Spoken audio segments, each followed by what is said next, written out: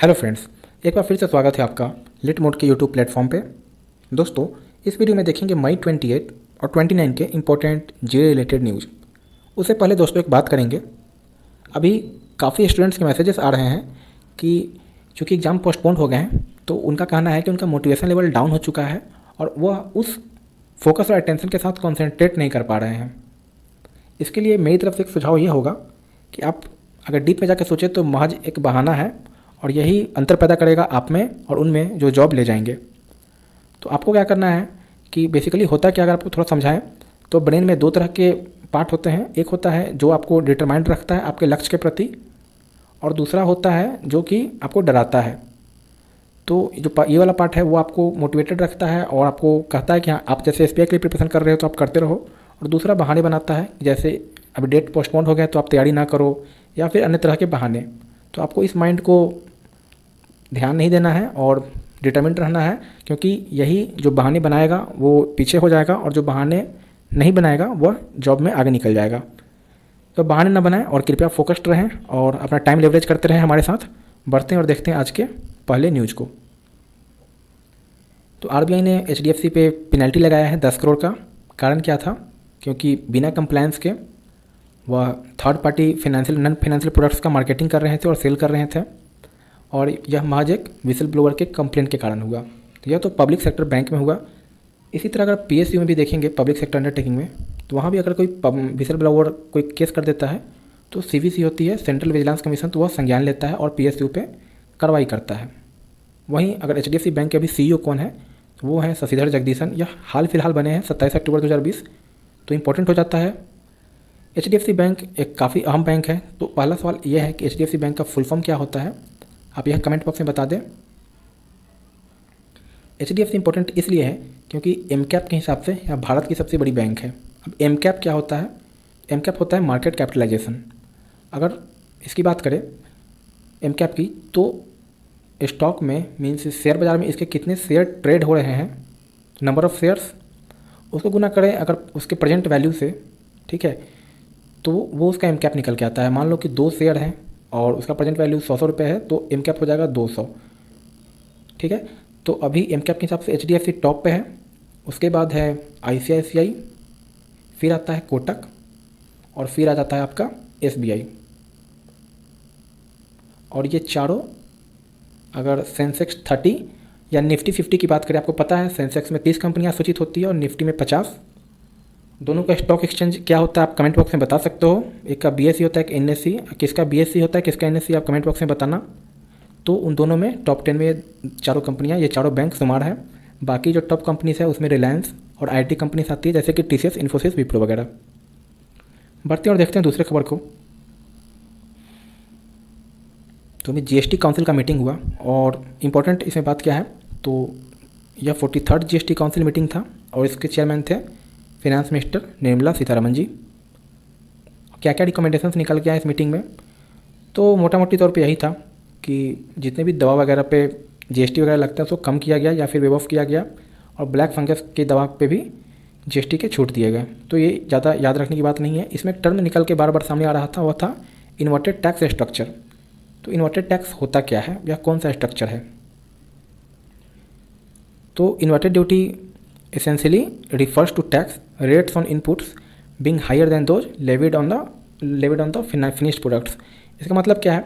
For example अगर आप सोचें तो कोई फैब्रिक है, मतलब कि रॉ मटेरियल हो गया, ठीक है, और यह फैब्रिक से बैग बनता है, तो यह फिनिश्ड प्रोडक्ट हो गया।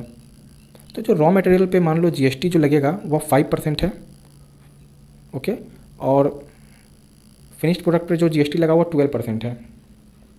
तो डेफिनेशन के हिसाब से जो इन्वर्टेड ड्यूटी में होता क्या है, ये उल्टा होता है। जो रॉ मटेरियल पे जो जीएसटी होगा वह ज़्यादा होगा फिनिश प्रोडक्ट पे लगने वाले जीएसटी से, ओके। तो आप यह क्लियर रखना, जनरली उल्टा होता है, बट इसमें रॉ मटेरियल पे जो जीएसटी लगता है वो ज़्यादा होता है फिनिश्ड प्रोडक्ट पे लगने वाले जीएसटी से। तो सर्वरलेस स्टेट्स का यही कहना है कि इसमें कोर्स करेक्शन होना चाहिए। बेसिकली किन सेक्टर्स में, तो steel utensils, solar panel, tractor, tyres, इन सब तरह के चीज़ों में। बढ़ते हैं और आगे देखते हैं। तो आज ही आरबीआई की मॉनेटरी पॉलिसी का जो भी लेखा जोखा आज आया है, उसके बारे में एक स्पेशल वीडियो में डिस्कस करेंगे। इस साल आरबीआई ने गवर्नमेंट को लगभग 99,122 करोड़ का डिविडेंड दिया। तो यह डेटा तो एग्जाम के लिए काफ़ी इंपॉर्टेंट हो जाता है।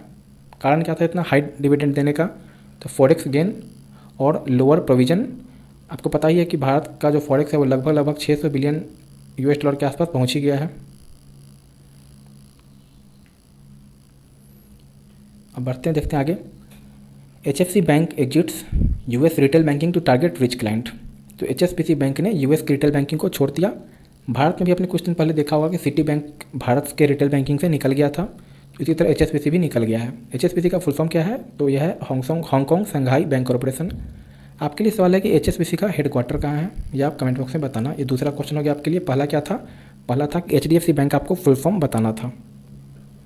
फिर देखें, आपको मालूम है कि पेटीएम जो कंपनी है, पे थ्रू मोबाइल उसका फुल फॉर्म है। विजय शेखर शर्मा उसके CEO हैं। उनका अभी IPO आना है और वो चाह रहे हैं कि 22,000 करोड़ के आसपास वो IPO में जुटा पाए। तो अभी जो रैली शो वगैरह कर रहे हैं कि मीन्स मार्केट में सेंटीमेंट देख रहे हैं कि उतना उनको मिल सकता है कि नहीं, ठीक है। लेकिन यह जान लेते हैं कि इससे पहले भारत के अब तक के जो टॉप IPO हुए हैं वो कितने के हुए हैं। तो अगर रिकॉर्ड के लिए देखें तो आज तक का सबसे बड़ा IPO हुआ था वो कोल इंडिया का हुआ था। 15,000 करोड़ उन्होंने उठाए थे।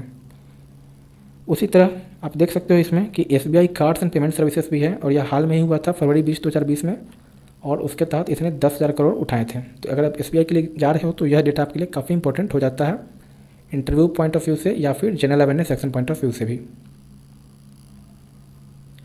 आरबीआई का एनुअल रिपोर्ट 28 तारीख को रिलीज हो गया।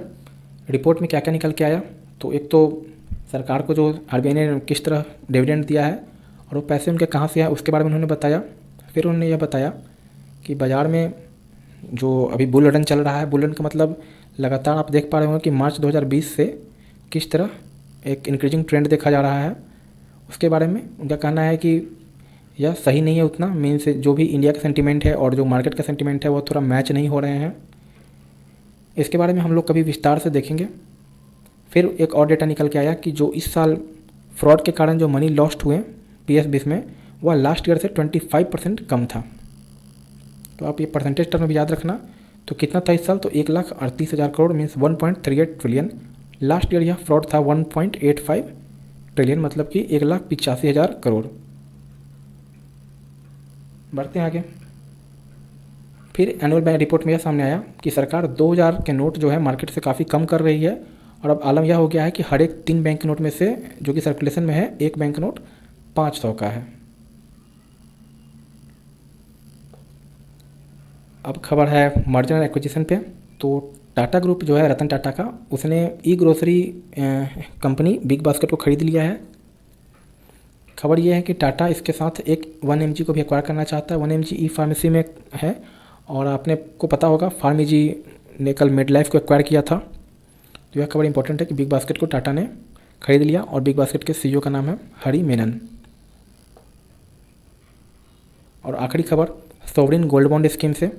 तो गोल्ड बॉन्ड इशू का जो प्राइस है वो फिक्स कर दिया गया है पर ग्राम ऑफ गोल्ड के लिए 4,889 रुपये। आपको पता है दोस्तों कि यह 6 ट्रांच में यह आने हैं मई 2021 से लेकर सितंबर 2021 के बीच में। तो उसके लिए प्राइस फिक्स किया गया है। दोस्तों इतना ही था इस वीडियो में। इस वीडियो को जरूर शेयर करें। Hope you like this video. Thank you.